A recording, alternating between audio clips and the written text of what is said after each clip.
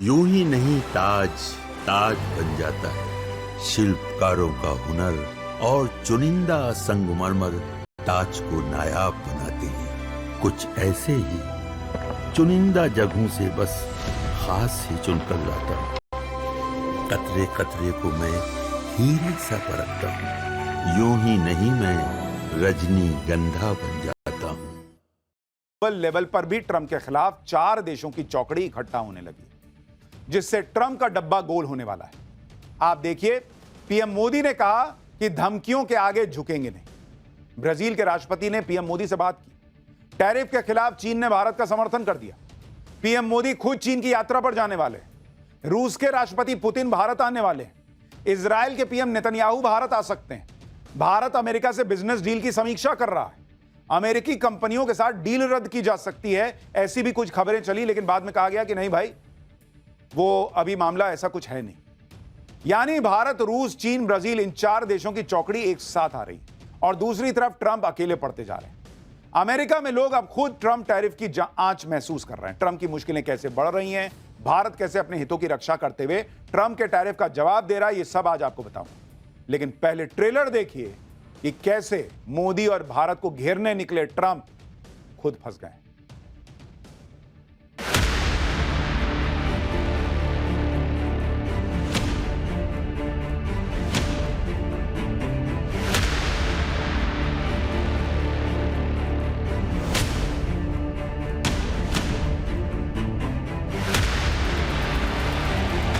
व्यक्तिगत रूप से मुझे बहुत बड़ी कीमत चुकानी पड़ेगी, लेकिन मैं इसके लिए तैयार हूं।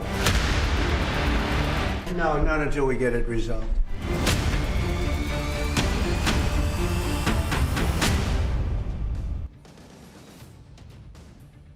भाई, ट्रंप दुनिया को धमकी देते रह गए। इधर भारत, चीन और रूस ने अलग ही फ्रंट खोल दिया है। आप देखिए कि आज क्या गजब की हलचल मची हुई। आज ही चीन के राष्ट्रपति शी जिनपिंग ने रूस के राष्ट्रपति पुतिन से फोन पर बात की। दोनों नेताओं के बीच यूक्रेन युद्ध को लेकर बात हुई। इसके बाद पुतिन ने पीएम मोदी को फोन घुमा दिया। पुतिन और पीएम मोदी ने फिर यूक्रेन युद्ध के बारे में बात की। पीएम मोदी ने पुतिन को भारत आने का निमंत्रण भी दे दिया। यानी दुनिया के 3 बड़े देशों के head of state back to back एक दूसरे से बात कर रहे हैं। वहां डोनाल्ड ट्रंप दुनिया में छाती पीट रहे हैं कि मैं रूस यूक्रेन युद्ध रुकवा दूंगा। यहां पुतिन उनसे लोड ही नहीं ले रहे। वो मोदी से बात कर रहे हैं, जिनपिंग से बात कर रहे हैं। ट्रंप दुनिया के चौधरी बनने के चक्कर में अकेले पड़ते जा रहे हैं और अब वो हो रहा है जो ट्रंप ने कभी सपने में भी नहीं सोचा होगा। ट्रंप ने भारत पर 50% टैरिफ लगाया तो भारत के समर्थन में चीन आ गया। यह हैरान करने वाली बात है। इतना ही नहीं, चीन तो पीएम मोदी का वेलकम करने की तैयारी कर रहा है। आज ही चीन के विदेश मंत्रालय ने बड़ा ऐलान कर दिया। चीन के तियानजिन में 31 अगस्त से 1 सितंबर तक एससीओ समिट होगा। एससीओ समिट के लिए चीन पीएम मोदी का वेलकम करता है। एससीओ समिट एकता, आपसी सहयोग और दोस्ती की मिसाल होगा। यानी चीन भाई नरेंद्र मोदी के वेलकम के लिए बिछा जा रहा है कि हम आपका वेलकम करने के लिए इंतजार कर रहे हैं। आप मैसेज देख रहे हैं, चीन कह रहा है कि हम नरेंद्र मोदी के वेलकम के लिए तैयारी कर रहे हैं। हमने आपको कल ही बताया था कि पीएम मोदी एससीओ समिट के लिए चीन जा सकते हैं और आज चीन के विदेश मंत्रालय ने ऑफिशियल निमंत्रण भेजकर पीएम मोदी का वेलकम कर दिया है कि हम तैयार हैं बॉस, आइए। यह बहुत बड़ी घटना है वर्ल्ड लेवल की। चीन में तो पीएम मोदी के स्वागत की तैयारी हो रही है। चीन के मीडिया में पीएम मोदी के दौरे को लेकर आर्टिकल छपे जा रहे हैं। चीन के सरकारी अखबार ग्लोबल टाइम्स ने लिखा है कि भारत और चीन के रिश्तों के बीच आ रही गर्मजोशी से पता चलता है कि अमेरिका भारत की स्वतंत्र विदेश नीति को प्रभावित नहीं कर सकता। चीन और भारत जिन क्षेत्रों में सहयोग कर सकते हैं उसकी लिस्ट बहुत लंबी है। इस बार मोदी की चीन यात्रा हो पाती है तो यह चीन और भारत के बीच सहयोग के लिए एक बड़ा प्लेटफॉर्म बन जाएगा। एससीओ के जरिए मजबूत होता सहयोग न सिर्फ दोनों देशों के विकास को फायदा पहुंचाएगा बल्कि क्षेत्रीय शांति और समृद्धि में भी योगदान देगा। जैसा कि हिंदुओं में एक कहावत है कि आप अपने भाई की नाव पार लगाओ, आपकी नाव भी किनारे पहुंच जाएगी। ट्रंप ने गलती कर दी। उन्होंने सोचा कि है भारत और चीन तो पास आएंगे नहीं, मैं भारत को थोड़ा सा टाइट करता हूं, बाद में चीन को देख लूंगा। लेकिन ये नरेंद्र मोदी हैं बॉस। और भारत की इकोनॉमी को जो इन्होंने बना रखा है, जिसे राहुल गांधी और डोनाल्ड ट्रंप डेड बता रहे थे, उस इकोनॉमी की दुनिया में चर्चा है। चीन को भी पता है कि अगर चीन और भारत, कई दिक्कतें हैं, हो सकता है आगे भी आएंगी, लेकिन अगर उन दिक्कतों के बीच भी एक रिश्ता बना लिया तो भाई ये ऐसी जोड़ी बन जाएगी, स्पेशली रूस को भी मिला दीजिए, ऐसी तिकड़ी बन जाएगी कि पूरा जो वेस्टर्न वर्ल्ड है वो हिल जाएगा। ट्रंप अपने फैसलों की वजह से न सिर्फ ग्लोबली फंसते जा रहे हैं बल्कि अपने घर में गिर गए। खास तौर पर भारत और चीन के संबंधों से अमेरिका में हलचल तेज हो गई। अमेरिका को यह डर सताने लगा है कि कहीं भारत और चीन करीब ना आ जाए। अमेरिका अपने लिए सबसे बड़ी चुनौती चीन को मानता है और चीन को काउंटर करने के लिए भारत का साथ अमेरिका के लिए जरूरी है। अमेरिकी विदेश विभाग के प्रवक्ता ने कहा है कि भारत हमारा एक रणनीतिक साझेदार है जिसके साथ हम पूरी स्पष्टता और ईमानदारी के साथ संवाद करते हैं और आगे भी यह जारी रहेगा। देख रहे हैं भाई का टोन बदलने लग गया कि हम बहुत अच्छे दोस्त हैं, खुल के बात करते हैं, आगे भी करेंगे। अब अमेरिका ईमानदार डायलॉग की वकालत करने पे आ गया है। यह होता है मैसेजिंग का असर। पीएम मोदी के चीन जाने की खबर का यह असर अभी शुरुआती है बॉस। अभी मोदी चले गए और यहां पुतिन आ गया। ये भाई का जो चेहरा टमाटर जैसा लाल दिख रहा है ये सफेद पड़ जाएगा। ट्रंप की बात कर रहा हूं। ट्रंप सोच रहे थे कि पूरी दुनिया उनके सामने झुक जाएगी। भारत अड़ के खड़ा हो गया। उसके बाद बाकी देश भी साथ आने लगे। ये ट्रंप के लिए झटके से कम नहीं। पीएम मोदी, पुतिन और चीन की तिकड़ी से ट्रंप पहले से परेशान। अब तो दो और खिलाड़ी पीएम मोदी की टीम में आ गए। आप देखिए कि ट्रंप के टैरिफ से ब्राजील भी चिढ़ा हुआ है। ब्राजील के राष्ट्रपति ने पीएम मोदी से बात की। टैरिफ के खिलाफ एकजुट होने पर उनकी चर्चा हुई। इतना ही नहीं, नेतन्याहू भी पीएम मोदी से बात करने वाले हैं। जो इजराइल के नेतन्याहू भारत के दौरे पर भी आ सकते हैं, यह कहा जा रहा है। यानी हालत यह हो गई है कि ट्रंप पीछे पलट के देखते हैं तो देखते हैं कोई है ही नहीं है साथ में। उधर भिखारी मुनीर दिखता है कटोरा लिए हुए। अब नरेंद्र मोदी पीछे मुड़ के देखते हैं तो देखते हैं अरे जिनपिंग भी खड़ा है, अरे पुतिन भी खड़ा है, अरे देखें, अरे लूला डी सिल्वा भी आ गया, अरे देखो और कौन, देखो ये भी आ गया, नेतन्याहू भी आ गया। ये माहौल हो रखा है।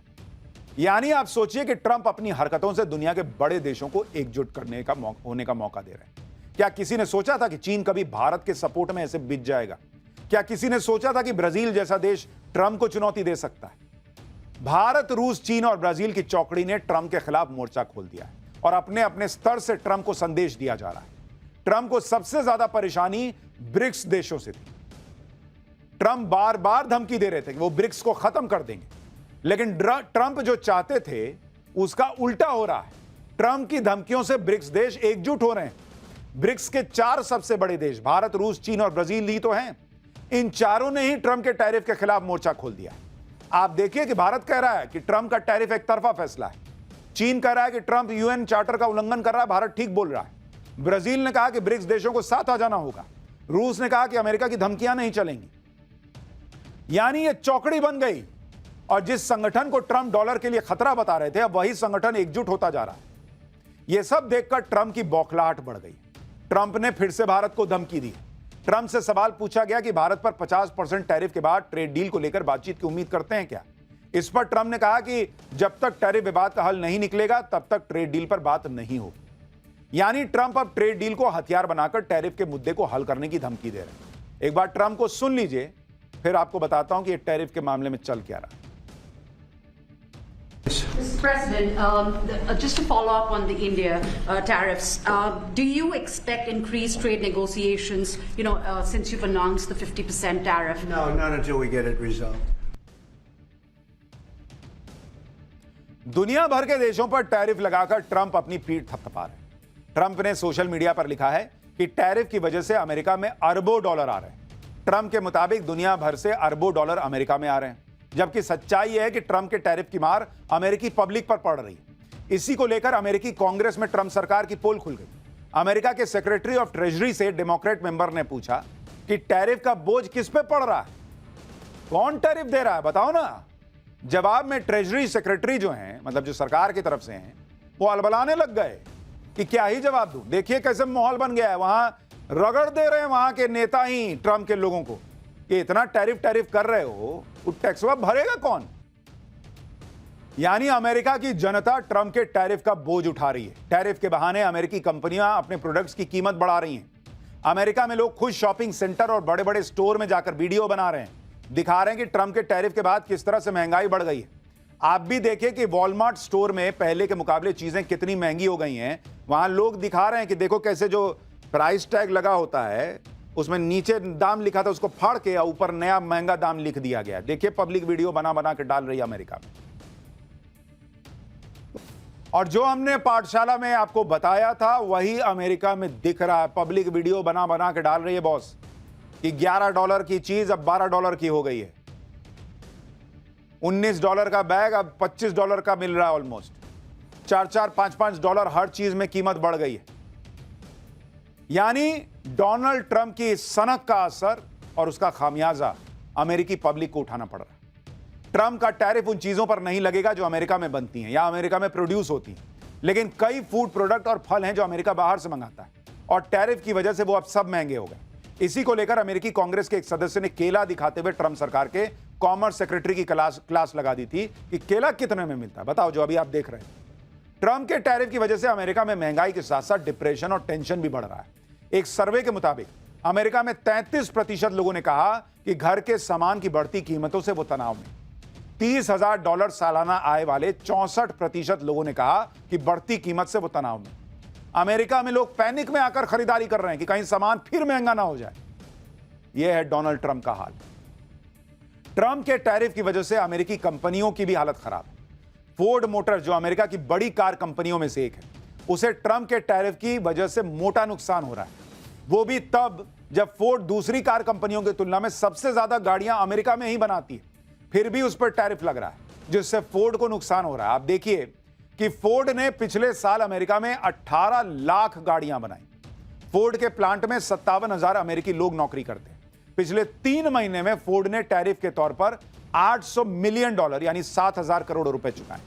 टैरिफ की वजह से फोर्ड के मुनाफे में $3 बिलियन यानी 26,000 करोड़ रुपए से ज्यादा की कमी आएगी। फोर्ड का मानना है कि ट्रंप का टैरिफ कंपनी के लिए बड़े झटके की तरह है और डोनाल्ड ट्रंप को लग रहा है कि वो पैर पटकेंगे, दुनिया हिल जाएगी। अरे दुनिया नहीं हिल रही बॉस। डोनाल्ड ट्रंप सोचते हैं मैं आऊंगा, मैं अभी और टैरिफ लगा दूंगा, मैं हिस्सा कर दूंगा, मैं हिस्सा कर। अरे नहीं हो रहा भाई, नहीं हो रहा, समझ जाओ अभी। खैर, पाठशाला में अब अगला चैप्टर जिसमें आपको बताता हूं पीएम मोदी का सनातनियों को नया गिफ्ट। राम मंदिर के बाद अब वो भव्य मंदिर बनाने का काम शुरू हो गया कि मन देखिएगा तो गदगद हो जाएगा। बिहार में वो मंदिर बनवा रहे हैं पीएम मोदी जो बंगाल में ममता दीदी की नींद उड़ा देगा क्या। अब इसका चैप्टर खोलता हूं। प्रधानमंत्री पद की शपथ लेने के बाद से ही नरेंद्र मोदी देश की सांस्कृतिक, धार्मिक और आध्यात्मिक विरासत को सहेजने और संवारने में जुटे। काशी विश्वनाथ कॉरिडोर, उज्जैन में महाकाल कॉरिडोर, केदारनाथ का जीर्णोद्धार और अयोध्या में भव्य राम मंदिर का निर्माण मोदी ने करवाया। और अब पीएम मोदी ने बिहार के सीतामढ़ी में माता सीता का भव्य जानकी मंदिर बनवाने का काम शुरू करवा दिया, जिसका आज अमित शाह ने भूमि पूजन भी कर दिया है। इस जानकी मंदिर की सबसे बड़ी खासियत यह होगी कि इसे अयोध्या में राम मंदिर की तर्ज पर तैयार किया जाएगा। यानी पहले राम मंदिर बना, अब माता सीता का भव्य मंदिर बनने जा रहा है और इसके पूरे परिसर को भी राम मंदिर परिसर की तरह ही विकसित किया जाएगा, जो श्रद्धालुओं के लिए एक प्रमुख धार्मिक केंद्र बनेगा। इससे सनातनी श्रद्धालु गदगद है, लेकिन मोदी के विरोधियों को इसमें भी दिक्कत हो रही है। कह रहे हैं कि बिहार चुनाव से ठीक पहले मोदी सीता माता का मंदिर क्यों बनवा रहे हैं। अरे तो आप बनवा देते इतने सालों में। बिहार में सीता माता का मंदिर बनता देख बंगाल में ममता बनर्जी को भी बेचैनी हो रही होगी। इसकी भी वजह है जो आगे बताऊंगा। लेकिन सीतामढ़ी में सीता मंदिर की पौराणिक मान्यता क्या है, माता सीता का यह मंदिर कितना भव्य होगा और कब तक बनकर तैयार हो जाएगा, आज आपको सब दिखाऊंगा। लेकिन पहले एक झलक देखिए।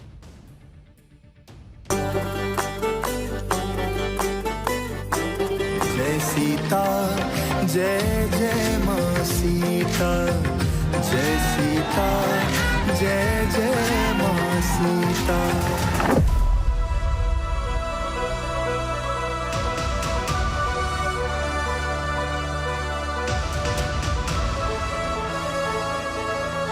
आज मां जानकी के जन्म जहां हुआ, वहां पुनरोद्धार मंदिर का परिसर का समग्र विकास का नींव डालने का काम हुआ है।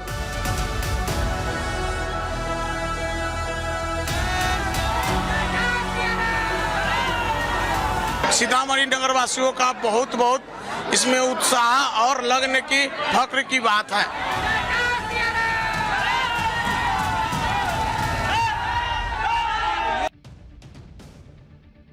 पीएम मोदी ने माता सीता का भव्य मंदिर बनवाने की शुरुआत करके करोड़ों सनातनियों का दिल खुश कर दिया। लेकिन इससे बंगाल के मुख्यमंत्री ममता बनर्जी जरूर परेशान हो, क्योंकि ममता बनर्जी कई बार दावा कर चुकी हैं कि पीएम मोदी जय श्री राम बोलते हैं, जय सिया राम नहीं बोलते। अयोध्या में राम मंदिर के गर्भगृह में माता सीता की मूर्ति न होने पर भी ममता बनर्जी भड़क गई। ममता बनर्जी कहती रहती हैं कि माता सीता का असली सम्मान तो सिर्फ वही करती आई हैं, इसलिए जय सिया राम बोलती है। ममता बनर्जी आरोप लगाती है कि मोदी और बीजेपी वाले श्री राम को माता सीता से श्रेष्ठ मानते हैं, इसलिए जय सिया राम कहने से बचते हैं। लेकिन बिहार में राम मंदिर जैसा भव्य माता सीता का मंदिर बनवाने का काम शुरू करवाकर पीएम मोदी ने बंगाल तक मैसेज दे दिया है कि ममता दीदी का जो नैरेटिव था तो वो सही नहीं था। पुनौरा धाम में माता जानकी मंदिर अयोध्या के राम मंदिर जैसा ही भव्य होगा, जो मां सीता की जन्मभूमि को नई पहचान देगा। मां जानकी मंदिर बनने के बाद कैसा दिखेगा, आप इस वीडियो में देखकर अंदाजा लगा लीजिए। मंदिर के डिजाइन का यह 3D मॉडल बिहार सरकार ने जारी किया है। इसका डिजाइन राम मंदिर से काफी मिलता जुलता है। जानकी मंदिर की ऊंचाई राम मंदिर से 5 फीट कम होगी। यह मंदिर 151 फीट ऊंचा होगा। जानकी मंदिर का डिजाइन भी प्रसिद्ध वास्तुकार पीयूष सोमपुरा ने तैयार किया है, जिन्होंने अयोध्या के राम मंदिर का डिजाइन तैयार किया था। अयोध्या में राम मंदिर की तरह जानकी मंदिर का निर्माण भी नागर शैली में होगा। राम मंदिर की तरह ही जानकी मंदिर के निर्माण में राजस्थान के बंसी पहाड़पुर का गुलाबी बलुआ पत्थर इस्तेमाल होगा। जानकी मंदिर में भी गर्भगृह, यज्ञ मंडप, परिक्रमा पथ होंगे। धर्मशाला, सीता वाटिका, भजन संध्या स्थल समेत पर्यटक सुविधाएं विकसित की जाएंगी। जानकी मंदिर निर्माण के बाद अयोध्या और सीतामढ़ी को सड़क और ट्रेन से सीधे जोड़ा जाएगा। पुनौरा धाम के पुनरुद्धार के बारे में सुनकर साधु संतों से लेकर आम लोगों में गजब का उत्साह है। एक मान्यता है कि नेपाल के जनकपुर में माता सीता का जन्म हुआ था, लेकिन बिहार के सीतामढ़ी को भी माता सीता का पौराणिक जन्म स्थान माना जाता रहा है। पौराणिक कथाओं के मुताबिक राजा जनक ने जब अकाल से पीड़ित अपनी प्रजा को बचाने के लिए जिस भूमि पर हल चलाया था,